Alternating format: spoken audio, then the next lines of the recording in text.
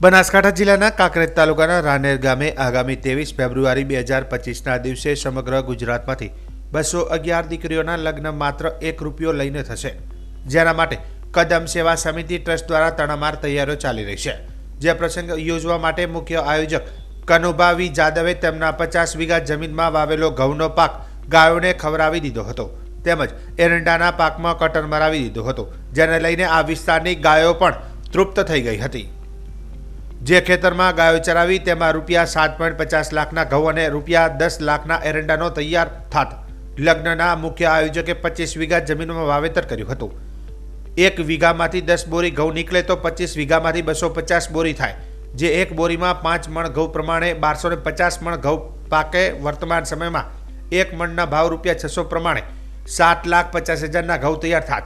તે જ પ્રમાણે 1 વીઘા જમીનમાંથી એરંડાની 8 બોરી નીકળે, 25 વીઘા 200 બોરી થાય, એક બોરીમાંથી 4 મણ એરંડા પ્રમાણે 800 મણ એરંડા નીકળે, જેના વર્તમાન ₹1250 ભાવ પ્રમાણે ₹10 લાખ ખેડૂતને મળતા।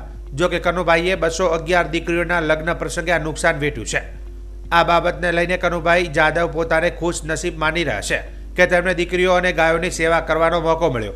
દીકરીઓના લગ્ન માટે મેં મારા ખેતરના 50 વીઘામાં ઉભેલા પાકમાં ગાયોને ચરાવી છે।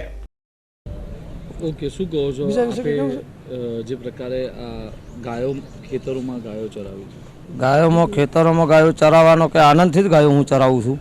જગ્યાના કારણથી જગ્યા ખુલ્લીથી 2 કામ મારાથી હશે, 2 કામ છે એટલે જગ્યાની જગ્યા ખુલ્લીથી છે અને પુણ્યનું પુણ્ય મને મળ્યું છે, એ કારણથી। બીજું કોઈ જ મારે સમૂહ લગ્ન વિષય જ હું નીકળેલો મારો નિર્ણય એવો હતો કે હું લીધો નિર્ણય તાર હું એકલો હતો। આજે લોકો ઘણા બધા મારા સાથે જોડાયેલા છે, કાંકરેજ તાલુકાને પણ ઓલ ગુજરાત મારી સાથે જોડાયેલો છે, એટલે બહુ મને આનંદ મળે છે, બહુ ખુશી મને થાય છે। કેટલી દીકરીઓના સમૂહ લગ્ન? 211 દીકરીઓના ટાર્ગેટ હું મૂક્યો હતો, પણ એ સમય મર્યાદા પ્રમાણે 5 તારીખે મારી છેલ્લી તારીખ નોંધણી હતી, એટલે 111 દીકરીઓ મારે નોંધણી છે અને એની પણ વ્યવસ્થા મને થઈ ગઈ છે। એ વ્યવસ્થા થઈ ગઈ છે અને લોકો જોવે નાની નાની સમાજ જે પણ દેખાદેખીથી દેવા લોકોનો થતો હતો, એ સમાજને પણ હરેક કદમ સેવા ટ્રસ્ટમાં જોડાવવું જોઈએ। કેવું લાગે છે ગાયો ચરાવીને? ગાયો ચરાવીને મને બહુ જ આનંદ થયો છે અને એના પછી મારી સફળતા ગઈ છે, એટલે બહુ જ કોઈ જગ્યાએ પણ અટવાડતા નથી થતી મને। ઓકે।